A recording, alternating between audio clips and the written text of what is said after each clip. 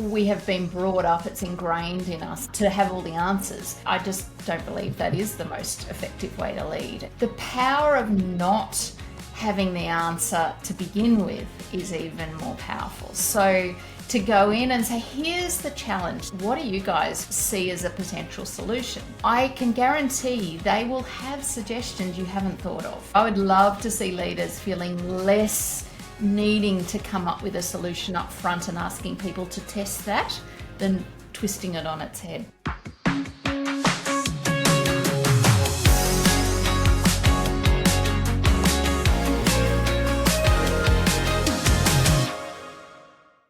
Welcome back to the Meg and Amy Show. Thank you so much for the support for our show. Please do like and subscribe and add comments. We would love to hear from you and what you'd like to see more of on the show. Today we will be interviewing Dr. Kirstin Ferguson. She is ranked among the top 50 management thinkers globally by Thinkers 50 and winner of their 2023 Distinguished Leadership Award. Her career spans from Royal Australian Air Force officer to CEO of an international consulting firm to acting chair of the Australian Broadcasting Corporation during one of its most challenging periods. With a PhD in leadership and culture, plus 15 years as a company director across major boards, Kirstin brings rare insight into leadership at the highest levels. She's the author of 3 acclaimed leadership books, including her latest, which we will be focusing on today, Blindspotting: How to See What Others Miss. Kirstin writes the popular weekly column, Got a Minute? For the Sydney Morning Herald and The Age, and speaks at conferences worldwide on the future of leadership.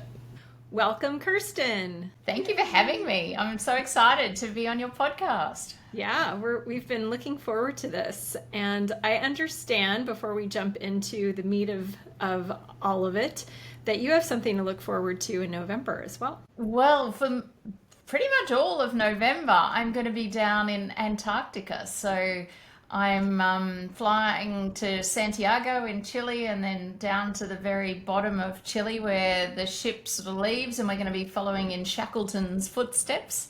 So over to the Falkland Islands and South Georgia, and then down onto the Antarctic Peninsula. So very excited. And I would imagine November is a good month to do that. Is it is it going to be seasickness? Is it going to be I'm terrified of seasickness, so I have literally gone to and got every single medication and technology. So I've discovered you can buy like a watch, and it's a few $100s, but it puts a pressure point where, you know, those traditional sickness bands, but this pulsates. So I am hoping that that is a magic fix along with all of the medication I'll also be taking.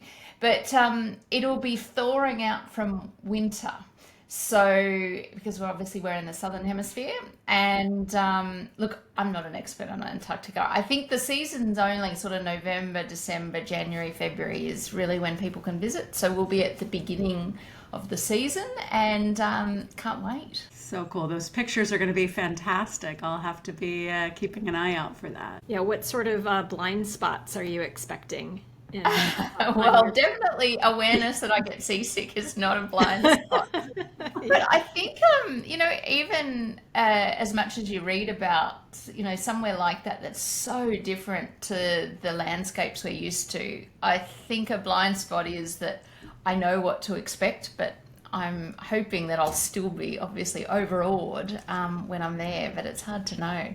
So I can't wait. I just read an article, and again, I'm just back from a trip myself, that was basically suggesting that, travel is so important to creativity and innovation. So I'm sure that being in a new context and a new environment will probably spark all kinds of cool ideas, and we'll probably have to have you on again. Yeah, well, in fact, in the book we're going to talk about, I write about how travel is a way of reducing our blind spots, because it exposes us to different cultures and different ways of living and different attitudes, and, just accepting that perhaps, amazingly, our view of the world isn't the only one.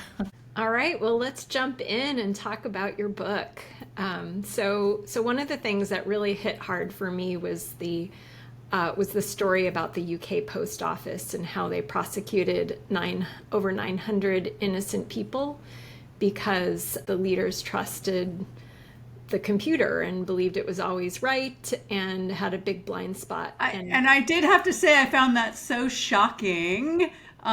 Seeing as I think, us having lived in tech, I would have assumed the opposite, that you would assume the software is probably wrong. Right. Yeah, I mean those poor postmasters, like I just can't, like, being gaslit all over the place. So tell us a little bit, Kirstin, about how success can become the enemy of adaptation. Yeah, I mean, I'm really glad you sort of called out that story of the post office, and I'm not sure how familiar your listeners would be with that, but yeah, it's a really shocking scandal out of the UK where there was that blind belief that the IT system couldn't possibly be at fault when all of these examples of accounting irregularities came up. So I agree with you. You would think the first default is, okay, we've got quite a lot of these poor postmasters having problems. It must be the system. But instead they decided, because they were reassured by Fujitsu that it was as safe as Fort Knox, were the words, that it must be fraud. And so these poor postmasters, who are hardly criminal masterminds, I mean, these are retirees running the local village post office. Yeah, there was 900 that were prosecuted, more than 250 went to prison. And very sadly, 4 at least took their own lives as a result. So it's been an astounding scandal in the UK, and it's still playing out. But in terms of what we're talking about, it's a classic case of, we hear about groupthink all the time. We know what that is, because this played out over decades, over many years, many different boards, one main CEO, but a couple over a period of time.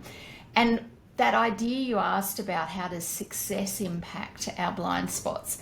We've all heard about the kind of Dunning-Kruger effect where, and we laugh because it's people who have very little amount of knowledge on something obviously overestimate and think they know a lot. The opposite of that is what affects all of us as experts, is called the curse of expertise. And it's this idea that, we're very good at knowing when we're right. So we know our stuff well, we know when we can be sure, but we're really bad at knowing when to doubt ourselves. And so expertise can be like a double-edged sword. It gives you this mastery of what you do, but it can also really narrow your perspective. And particularly once we start getting rewarded for being right, we start overvaluing our own certainty and we stop questioning it. And that's what happened in the post office. But while that was on a massive scale, we do it all the time. We're always relying on, it might be just a problem that someone brings to you and you think, oh yeah, I've seen that 50 times before, this is how we deal with it. But in fact, circumstances have changed. The way the world is operating has changed. The technology available to solve it might have changed. Yet we're relying on that way we've done it before. And so hubris is a particularly powerful blind spot that we can all fall victim to. It was a really remarkable coincidence, but I listened to that chapter on a walk the morning after I finished the Netflix series, The Twisted Tale of Amanda Knox. Are you familiar with that? I'm familiar with the story for sure. Yeah. I haven't watched that particular drama yet. It is really good. It's a dramatization, but the tale of Amanda Knox is really about, the police / prosecutor who got this idea of who she was because of how she acted right after the murder, and then decided that she had to have been involved, that she had to have been guilty. And despite all of the incoming evidence, of which there was none that connected her at all whatsoever to the murder, he just could not, stop going after her. And confirmation bias, really. I mean, that's an extreme example of which obviously she was the victim, but again, we do that all the time. We've got a project that we really want to see completed. We will find evidence to prove we're right. If my husband and I are debating something in the world, I will go and find whatever I need to show, look, I am right here on this. And it's not necessarily done with intent generally. We're unaware we're doing it, and that is what is the biggest worry. If you're aware you're doing it, you've got other motivations going on. In most cases, you are unaware, and they're those thinking biases that this book, Blindspotting, I'm really trying to help overcome and at least identify and give some practical ways we can deal with them. Yeah, one of the things that really plays into this too is both expertise and power.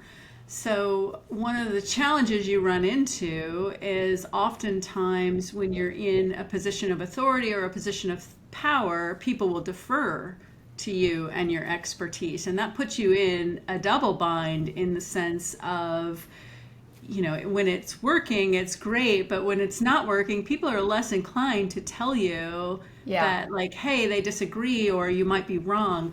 One of the things that I've done frequently in my career is have certain people whose job it is to tell me where they think I'm wrong, as opposed to make it their job to agree or even push back, but to really invest in thinking about what am I missing as a leader and how can I get other points of view. But what I've found is that only works if you're explicit in telling someone you need them to take that role. Because without that, especially someone like me, I'm a really strong personality and I tend to have a lot of thought behind my point of view.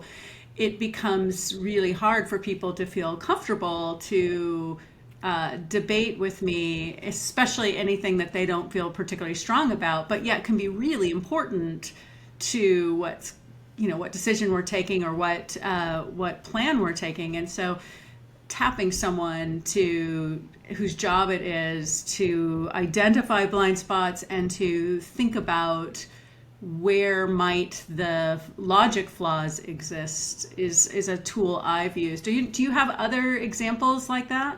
Yeah, and I think you've really hit on something important because we role model as leaders, obviously, what we want to see more of. And as a leader, I think we have been brought up, it's ingrained in us, and I wrote about this in my last book, Head and Heart, to have all the answers. We feel that that's our role, is that something's come along, we've now got to have the answers. But in 2025 and going forward, I just don't believe that is the most effective way to lead. And my question to you, and let's separate out a crisis. So where there's a crisis or something out of the ordinary, I think leaders absolutely have to step forward with all the answers or to the best of their knowledge and say, here's the direction I'm thinking we're going to go. Obviously, tell me if I've got something wrong, but right now I need you to just follow me, trust me, off we go. So park that. Let's just talk about those much more 90% of the time when we're just having general sort of strategy discussions and overcoming issues. I wonder whether for leaders like yourself, and I'm the same, or most of us are the same because we're ingrained that way, the power of not having the answer to begin with is even more powerful. So to go in and say, here's the challenge. Now, you may in the back of your mind go, I'm pretty sure I know how this is all going to play out because I know how X and Y all fit together and, this is the strategy. But what a learning opportunity to say to the team, here's the challenge. What do you guys firstly see as a potential solution? Now, I can guarantee they will have suggestions you haven't thought of. They just will, which will make whatever you then come up with to say, let's wrap in your ideas, Meg, and with you, Amy. And you're obviously integrating that into whatever you think is the solution. But I just would love to see leaders not feel the need to set the tone at the outset with a response and then be saying, come to me and tell me what I'm wrong, because that sets a very different interaction with your team than leaving it open to begin with, assuming you've got the time and all of that sort of thing. Or if you have a different approach and sort of say, here's what I'm thinking, but I know I've missed something. So as you're saying, it's giving permission. So you're saying, I absolutely guarantee I've missed stuff. I really need you to find it, because Meg, you're excellent at finding my thinking biases. You know when I'm just looking for something so Meg, you let me know this. And Amy, I just always forget to think about XYZ. Can you fill me in? So I think it's a mixture of what you're saying, Meg, but I would love to see leaders feeling less needing to come up with a solution up front and asking people to test that than twisting it on its head. Just to be a little bit of a fangirl here to both of you, the story that you told about Meg in the book was a really good example of this. Do you two want to share a little bit about Meg's that? the expert. I only retold her story. So I think Meg sharing, and I agree with you, it's a wonderful example. Yeah. Well, I mean, I lived through it, and I was still wrapped at your storytelling in the book. So Yeah, you made me sound way more interesting than it was living it. Well, that's my job. So for people that haven't read the book yet and aren't familiar, we at SuccessFactors migrated all of our customers from a series of data centers that had a lot of different delivery data center motions for our customers, and they were creating a lot of challenges for us. But more importantly, underneath all of that, all the hardware that it was built on was coming end of life. So we had to move our customers, and we also knew that strategically we wanted to move them to public cloud infrastructure. But moving a live customer is one thing. Moving a group of customers all at the same time, because it's shared infrastructure and a multi-tenant system, is a coordination project. It had a lot of risk. It was really a great example, both of your point, which is, hey, a leader needs to leave space for the co-innovation of a solution, but also managing all of the energy through that cycle of, there was a lot of fear and a lot of risk and a lot of anxiety, and building against that to get to a good outcome was much more than a technical challenge. It was a human challenge. So the other thing about it too, obviously there was the kind of the amazing part of Meg standing up and saying, like, well, I don't know the answer, but we're going to figure it out together. So that's amazing. But then there's this other part, right, where the first ideas from the team were terrible, right? Well, from memory, they were unrealistic. Yeah, we'll do one at a time, and we'll handhold, and we'll do this, and which is lovely. I mean, it's a very nice thought, but it would there was no way that it could happen. So, like, I guess my question for both of you, but maybe I'll start with you, Kirstin, is like, well, how do you navigate like those really terrible ideas? Even if you are being really open and really curious, like, what's the best way to navigate those? I mean, I'm an Australian, we're very blunt, so I would find a way to say, oh, look, I'd love to do that, but I'll be dead before we've actually finished the project. So, but you have a great accent, like that. You can get away with that. Yeah, given none of us want to be doing this when we're in our 90s, and I think what Meg described, and you came through in our interview and it's in the book, is that when there's clear parameters, that helps give a bit of a sandpit. And so to those people who, and I think what Meg did really well was recognizing that different teams and different individuals had different needs. And so the people who are really in need of certainty, and I sort of refer to those as knowers, they want to know how we're going to do this and how's it going to fit with what I know and my expertise. You almost need to redirect them a little. It's not that you want to dismiss their skills, because gosh, you need them to actually make this work. but redirecting them into a more realistic scope and parameter is helpful. But I think the majority of people that were able to help make this a success were following Meg's lead as a seeker. So you were really seeking the answers.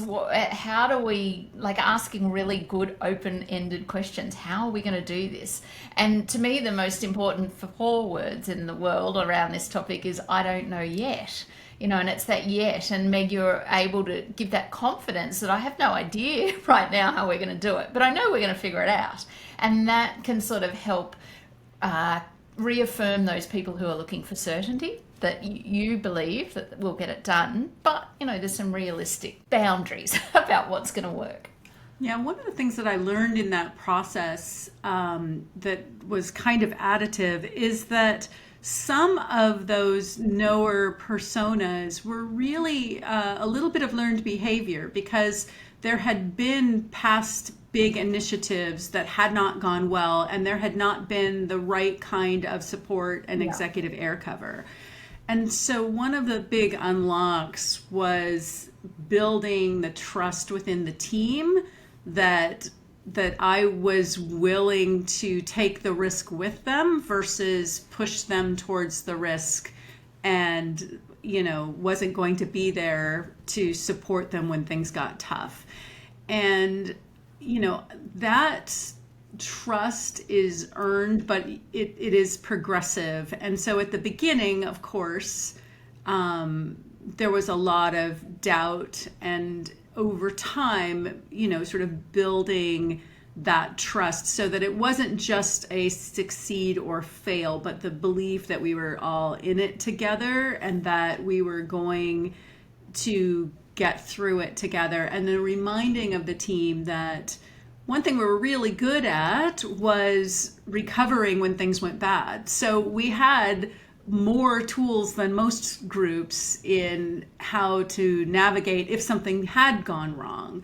And I think building that reminder and that confidence in the team. But again, I think you can only model that seeker mentality if people truly believe your intention is, genuine towards them as well. And I think that was a big part of it.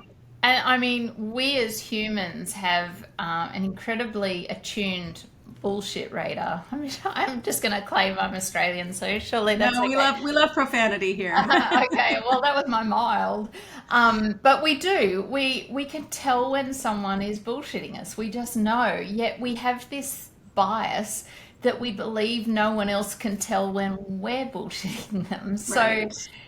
If you don't know, it's generally fairly obvious to everyone else. And you can build trust and respect with your team if you're able to share that at the outset. Now, not everyone can. And some feedback I certainly get from people is if I said that in my workplace, I'd lose my job. Well, if that is, and to be able to say, I don't know, I don't know Right. yet.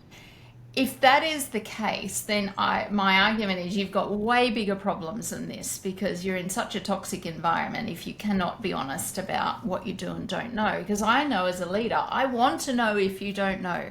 I don't want you to pretend. I don't want you to just nod and tell me I've got great ideas when you actually think the whole thing is going to be a disaster. So being able to role model when you genuinely are not quite sure is incredibly powerful for building trust. And you are right, no one will follow you on this if they don't trust that you are genuine in your knowledge and in your willingness to support them, regardless of how this succeeds or fails.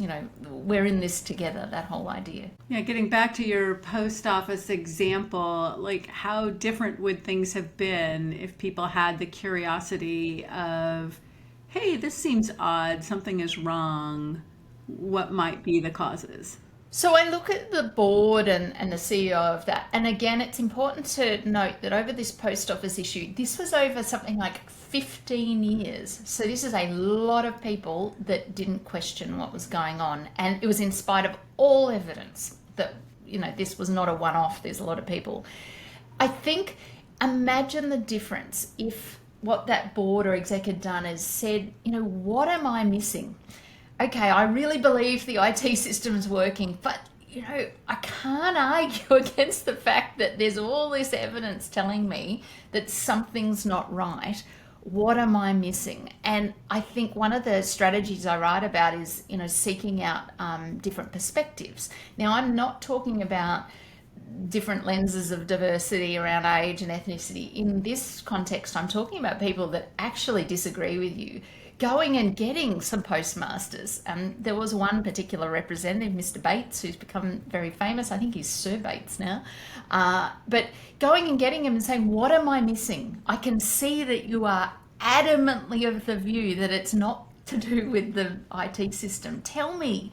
I really need to learn from you. I need to understand. Now, when this happens for us, it doesn't mean we need to change our mind. Now, it would have been great in the post office had they, but let's think about, I've sat on boards, public company boards for 15 years. We do lots of acquisitions and we sit around in a boardroom ticking off our due diligence and risk and reward, and we look at all the returns it's going to get, and we go and make sure we've ticked every box we need to tick. But I can't think of a single time where we've actually gone and sought out someone who thinks this is a really bad idea, someone who believes that this acquisition is never going to work, and then sat with them and said, tell me why. Like, tell me what you're seeing that I'm not seeing. Now, again, it doesn't mean we might not have done the acquisition, but gosh, there's some that I look back and think, actually, if we'd asked and really listened, so not just ticked the box and gone, I've asked him and gone on with it, but really listened, I suspect there would have been acquisitions we would never have gone ahead with.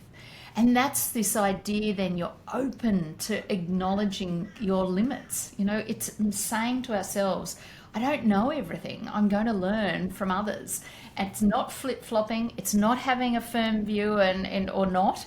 It's about finding that sweet spot in the middle. We've been thinking a lot about organizations, particularly in the AI era, and how to redesign and rethink organizational structures and so on. And you talk a little bit about that in the book, Kirstin, in terms of infusing some of the blind spotting concepts into an organization, and what sort of designs and things would make the most sense. Can you share a little bit about that? Like what are your recommendations thinking about it, more holistically, not just from a single leader's perspective? Well, I think you want to create a culture of seekers, which we've sort of been touching on. And seekers are people who are just prepared to admit they don't have all the answers, and they're curious and they ask questions to gain insight, and, they're comfortable with ambiguity. All of the things that are the reality of what we're working in at the moment and will be. And I think building a culture of seekers means that you obviously create teams where being able to say, I don't know yet, is just the way we do things around here, and it's rewarded. And when someone says it, it's like, oh, thank goodness, great question or great statement. We love seeing that. We recruit for seekers. So Jensen Huang talks about how some of the questions, and I use those in the book, around how he recruited at NVIDIA. And it's really about, I think he would get people to tell them about something they're an expert in, and it wouldn't matter what it was, and he would really, challenge them around a question and sort of push back on what they were being taught, and he would wait and see how they responded to that, and whether they were willing to say, yeah, I don't actually know how I would deal with that particular issue. And so I think we can recruit for seekers as well. But then also having it as a corporate value, again, with NVIDIA, and NVIDIA features quite heavily throughout the book. It's the prologue and the epilogue because they're such a strong example of this whole idea. But they've got 5 company values. 4 of them are pretty standard, you'd see anywhere. But the 5th one is intellectual honesty, and that's quite unique. And so you can do all of those sorts of ways, they're just 3, that you can really instill that this idea of not needing to have all the answers is the way we're going to get to the best answer we can. One of the things that occurred to me when I was reading the book is this kind of shift in in a person's career. So when when you're rather early in your career and you're in a meeting or you're in, some sort of public forum, you really need to learn to speak up and to make statements and to, give some knowledge, right, in order to be seen as credible and to, be given more promotions, etc. And then at a certain point, as you gain power and influence and become a leader, you really need to step back and you need to start to listen a lot more, open up the space to the people in the room, ask the probing, open-ended questions and that sort of thing. At least that's kind of what I've found.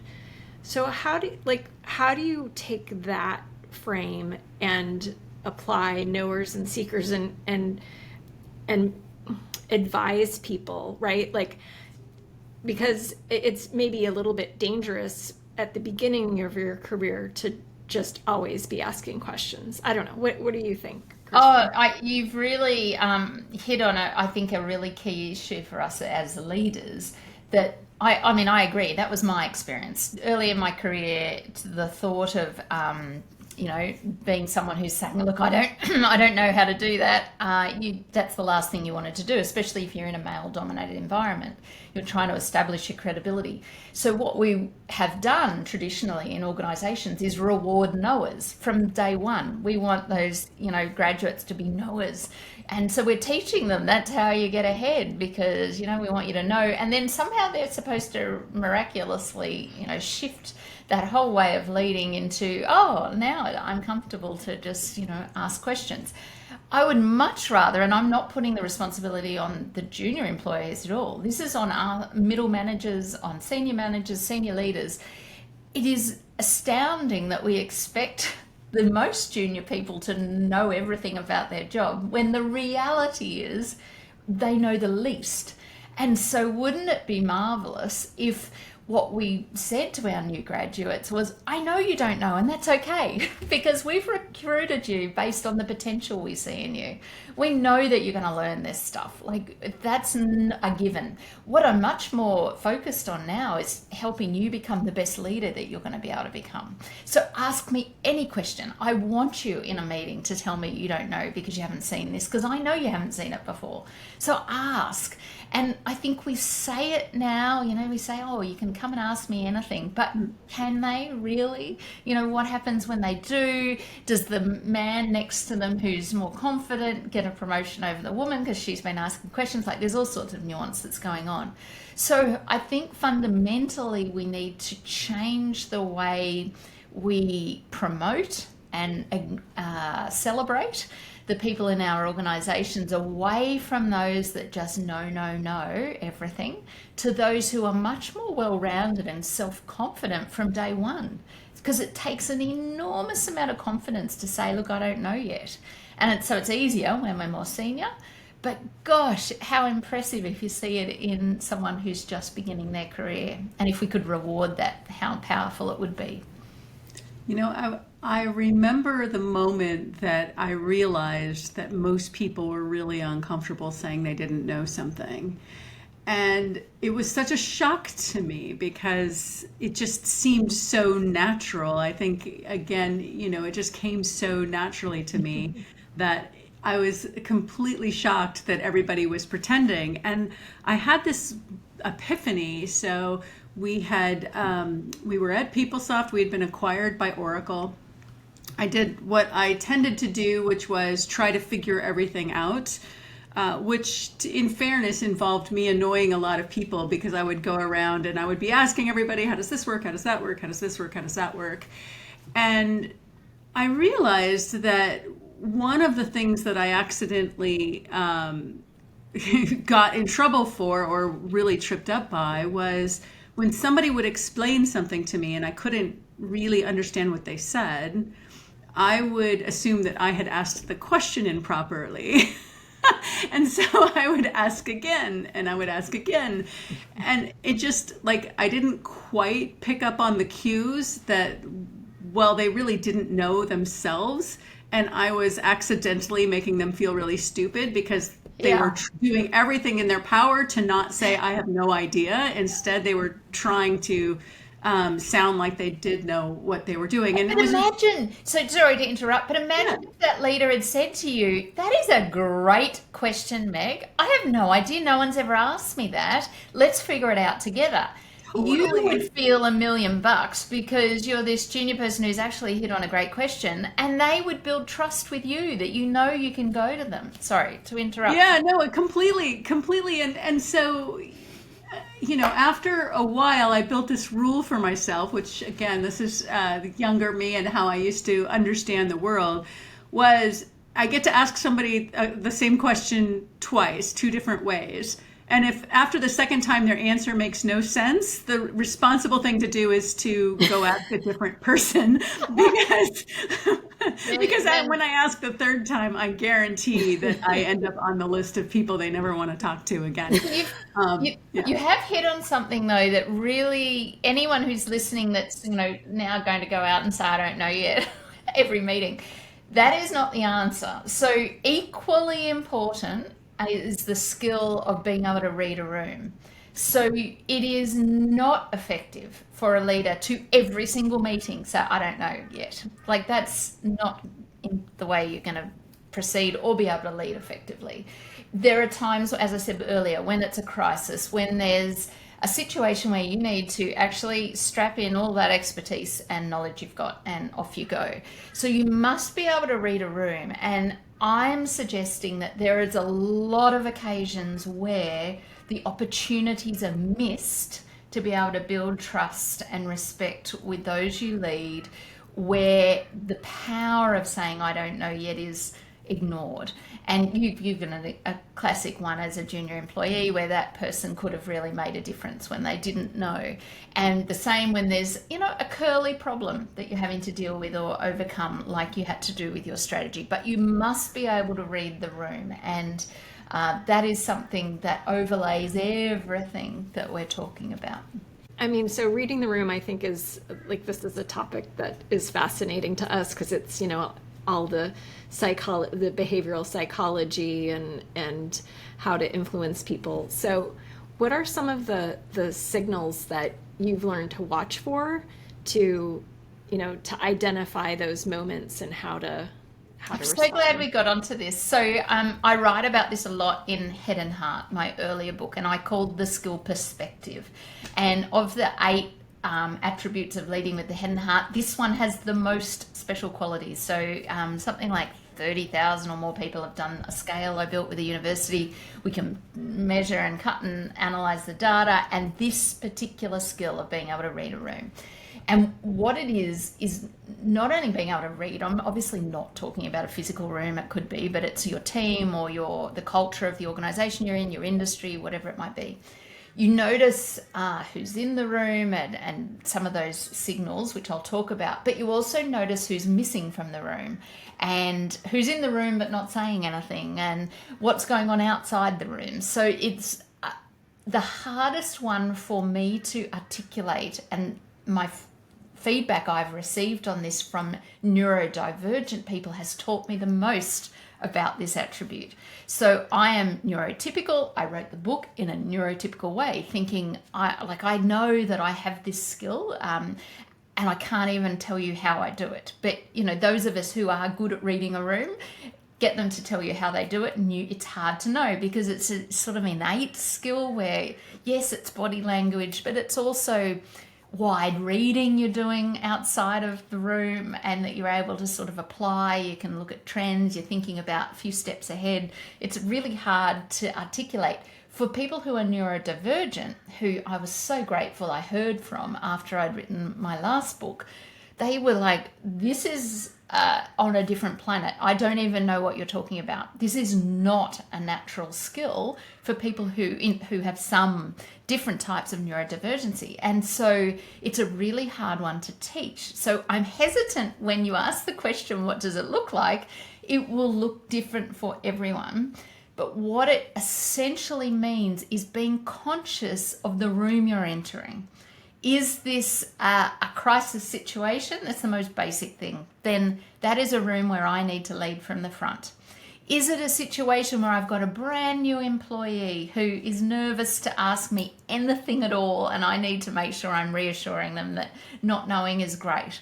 Is it a situation where we've got a competitor breathing down our throat and I need to be assessing the room, the big room that we're in? So I don't know exactly how to answer your question, Amy, and I have worked on this for a long time, but it's a primary answer of sense making. And for some of us it's easier, for others it's not, but it's something I think is essential. This was one of my favorite topics, and it is so important. I've obviously spent a lot of time trying to your other point, really think about how to help people develop this or help them understand this. And I like your context of the fact that it's both the contextual of why are you there and what is happening around you, what's happening in the business, what's happening in the stakeholders, etc. But I also think there's an element that I've come to learn over time, which is also the individual personality quirks of key stakeholders as well. And this, I tend to go to the context of emotions or data. So when you learn to listen as a leader, you should be listening not just for words, but you should be listening for emotion. And when I say emotion, I don't just mean when things get tense, but where do people get enthusiastic? Where do their eyes light up? Where does their energy and their joy emerge? And also, where does their fear and their anxiety emerge? And that gives you more tools for sense making to put in context how people are responding, as well as what do they need. Because again, if you really think about, a lot of the emotion is tied to how people get their needs met. And if you recognize that as a leader, your job is to make sure people are well equipped to do what you need of them, understanding what their needs are really is a big part of that overall picture. And whether those needs are people above you, your stakeholders, your customers, whatever, or whether those needs are people in your team, what they need from you as a leader in that moment. And being able to get that signal and then process and use that signal to the good, to me, creates a lot broader set of skills to affect both change as well as to just get things done. Because if you can help people feel heard and supported, and if you can help them get their needs met, you're going to have a higher probability of working together to get something big done. 100%. And the data supports everything you've just said. So I mentioned that perspective came through our research as sort of this special quality. It was next most highly correlated with empathy. So if you have empathy, high levels of empathy, you are able to sit and have a meeting and be able to put yourself in the shoes of that other person and go, what's important to them right now? Do I need to reassure them? Do I need to excite them?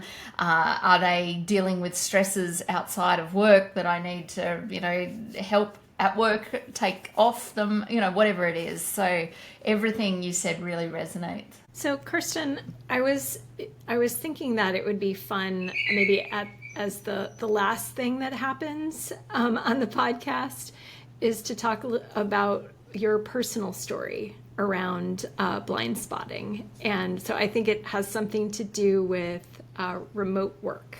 I literally wrote the book on blind spots, and I still have them daily, multiple times a day. Yeah, because, so tell us more about that. Shock horror, I'm human, so it's a natural part of living. But I mean, this is just a really classic example in that when COVID first happened and we all started working from home, I was cheering. Here I am, a woman in my 50s. I'm like, I don't ever want to go into an office ever again. Can sit at work barefoot and do this virtual stuff. Woohoo! So I became quite a zealot for it, and I write a weekly column in our major national papers. And I was, let's make it available for everyone who wants to be able to. Over time, having watched, my daughters who are in their 20s, but also hearing from readers and other people who have a very different experience to me, I realized how much they were losing by not being in the office. Those mentoring moments, the ability to learn, the ability, the water cooler, conversations, all of that stuff that I wasn't valuing as much anymore because of the stage I was at in my career was obviously still very important for others.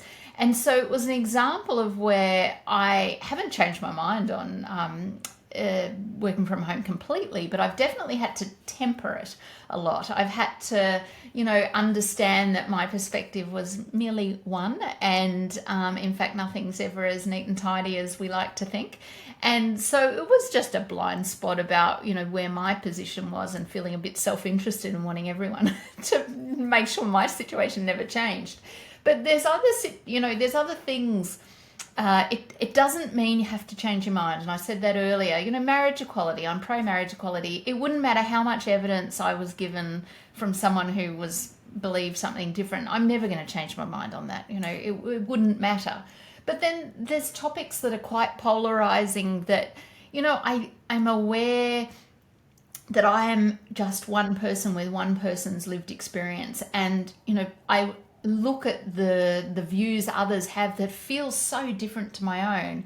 And I think, imagine if we all at least went into conversations willing to listen, willing to say, well, tell me why you feel so strongly about that. Again, it doesn't mean I'm going to change my mind on some values-led, views that I have, but I'm willing to acknowledge I may have a blind spot about that person, about their views, and so views I form about them because of views they have. There's all sorts of things that get tied up. And I just, imagine if everyone went into all of these difficult situations feeling that way, I think could help. That would be so powerful. I read something recently and I sent it to my daughter. So my daughter's recently graduated college and is looking for a job and going through all the fun of the job market right now.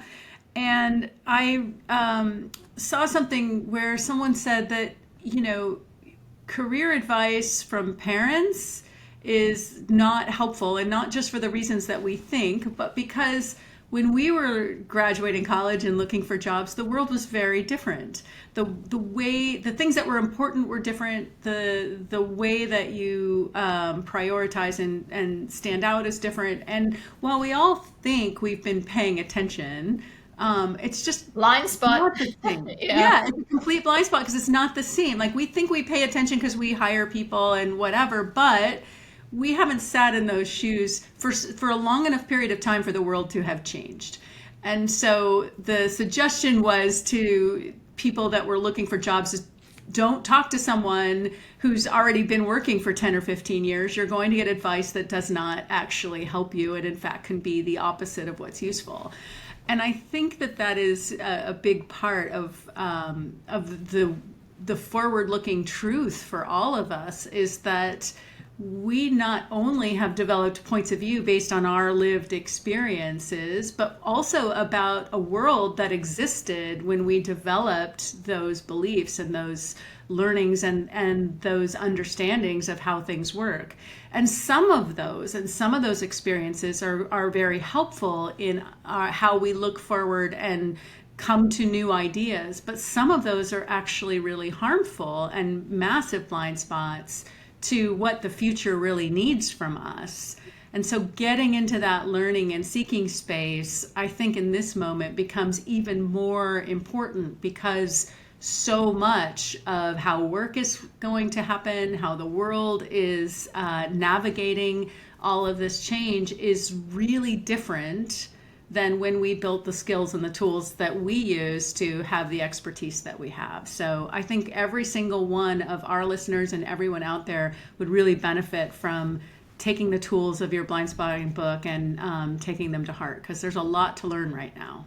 And a lot to unlearn, to your point. I think the most effective leaders are the people who can now unlearn what we've been carrying around and pivot in a way that, is going to adapt us for the future. And maybe we can conclude on your quick advice, which your 3 things. Be honest, Be curious and be flexible. So, and you've got to do all three. It's not enough to just be honest that, yeah, I don't know the answer. Let's be curious then to find it, the objective truth. And then, if it's warranted, be flexible enough to change your mind. Keep your mind open. And where can people find your book? Because I'm not in the US, it's very hard for me to discover. But start with Amazon. Everything seems Yeah. to start with Well, Amazon. I got it on Audible. Oh, Yeah. there you go. It was lovely that you narrated it because that Oh was yeah, fantastic. it's fun. Well, it's currently being translated. It's quite bizarre for China, Taiwan, and Hungary. Who knew Hungary was? So I have to find an excuse to They're go to just Hungary. hungry for Blindspot. I can't wait to see what blind spotting is in Hungarian. Well, if you've ever looked at the written language, it's got a lot of letters. Yeah, I was I know. just I'm there. excited to see the cover. I haven't yet seen it, but It just nothing is recognizable. Where most of the places you travel, you can look at signs Yeah. and you might be able to sort of deduce what the thing is that you're talking about. But yeah, that's a little like Japan. I'm going back to Japan soon, and yeah, it's really quite difficult. lots to learn. Lots to learn. Lots Well, to thank you learn. Yeah. so much for Thank you, spending and time with us. congratulations to Thank you Kirstin. very much for having me. All right, you ready? Leadership Corner. How much, if at all, should one consider the external factors of what's happening when pursuing other opportunities? As an individual contributor, I know the value that I can bring to an organization. I've been considering a transition to leadership, but we're in times of financial uncertainty. Would it be smart of me to plow forward with trying to make that transition and potentially end up in a situation where I'm deemed less valuable than when I was an IC and exposed to being riffed? Big question. So, when people ask me these types of questions, I really do like to get a little calibration of their own ambition and, sense of risk takings. But in the absence of that, I'm just going to have to go with how I would feel in this situation and then hope that the listeners can plus or minus based on their own situation. Because what I hear in this question is a very conservative, risk-averse take. And I appreciate that because it is true. This market is non-trivial. It's tough. But at the same time, I would ask myself, where is my biggest learning zone? Because at the end of the day, I think your highest value comes when you're learning and growing as an individual. And so I wouldn't necessarily say don't take a leadership role. I would absolutely say, hey, where is the value in the leadership role, that opportunity that might be available to you? And is that value tied to something that's structurally critical for the business? So instead of making it just about you, make it about the opportunity, but absolutely pushing forward to a growth zone, because no matter what, it's the growth that helps you have confidence in the contribution that you make to an organization. In other words, I don't think it's safer to just stay as a contributing IC if you're not growing. I think that's a risk zone as well. And so I would encourage you, if you are feeling the opportunity to do something new, I would encourage you to really pursue that, but pursue that in an envelope that protects you from potential downside, because you can always go back to being an IC, but getting opportunities to step into a leadership role really are hard to get. And so making sure that the one that you take is tied to something that's important to the business and that has the right sponsorship, and making it clear probably to the leadership team that that you're in this to be the most valuable employee you can be, and that you're willing to adapt as the business needs adapt. I think that can create a better safety net for you than just staying with your head down. I'm going to turn a little bit back to you, the asker of the question, and kind of question a little bit about your motivation in terms of being a leader? Is this something that you have wanted to do for a long time? Is this something that you're passionate about? Is this something that you've been working towards for a while and have been doing, non-managerial leadership work to do that? Like, is this something that means a lot to you? And I guess that is related to what Meg was saying in terms of like, is that a growth? Is that a learning zone for you? Because if it is, then I would say go for it. Now, on the other hand, there's a lot of reasons to become a leader that are not motivated by passion and love for leadership, and it's more about just getting a promotion of the external value system of a leader is better, or making more money, or what have you. Like, if it's all kind of wrapped up in that, but it's not really this sense of like, oh, I want to lead, then I would say maybe not, right? Maybe you can look at ways to take on different IC opportunities that again get you into those growth and learning zones. So I think you need to really think about, is this, where is this in my heart? The other side of it is kind of back to the risk taking, and then kind of your own financial situation, your own risk. I mean, so like Meg said, it sounds a bit like you have, family obligations, you have financial obligations that make you worried. So you probably need to just, regardless at this time, I think it's really important to look at your financial situation and to see, what kind of leeway you have, because you're not safe anyway, right? Like, you never know what's going to happen. So I think it's good mentally to be thinking like, well, what if I were laid off tomorrow? What would the world look like for me? And let's assume that I'm not going to get a job for the next 12 to 24 months even. I mean, that's what we're like, what would I need to do? And to put yourself into that mental space in order to kind of get out of this like nervous, fear-based view of things and allow you to follow your heart and your dreams. Hey, so this is a plug to watch the financial freedom episode as well, because I think this is the most important piece of advice. So two things you said, Amy, that I feel like are really worth doubling down.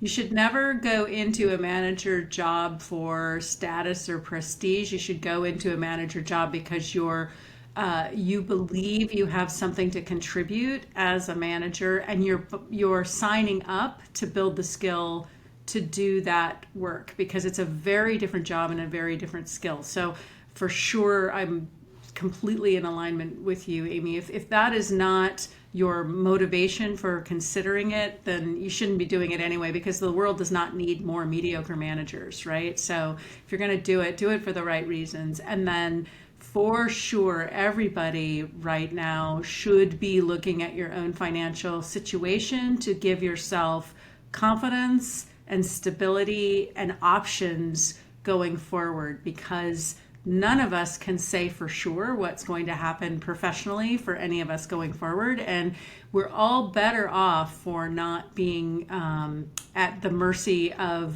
the markets right now, but instead being able to really grow and to contribute in the way that makes the most sense for us. So great advice, Amy Wilson. Beautiful summary. Meg-splaining is my favorite kind of explaining. Oh, I know. I'm so sorry. Oh, I meant it in a good way.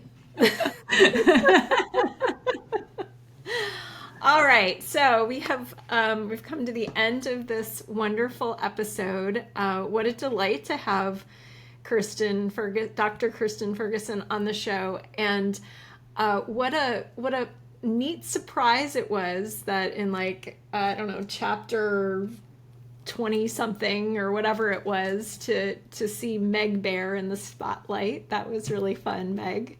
Yeah, quite hilarious. You have these conversations and then you forget, and then all of a sudden people really do write the book they said they wanted to talk to you about. And what I'm always impressed with all of you authors out there that are able to take these stories and turn them into really helpful manuals to make the world better. So what a delightful episode. Yeah, and when I was listening to the acknowledgments at the end of Kirstin's book, she acknowledged Adam Grant, who wrote Rethink, right? Yes. Which had a lot of kind of similar themes, and so it was really they're kind of an interesting pair of books, and so I kind of want to go back and reread Rethink and then reread Blindspotting again.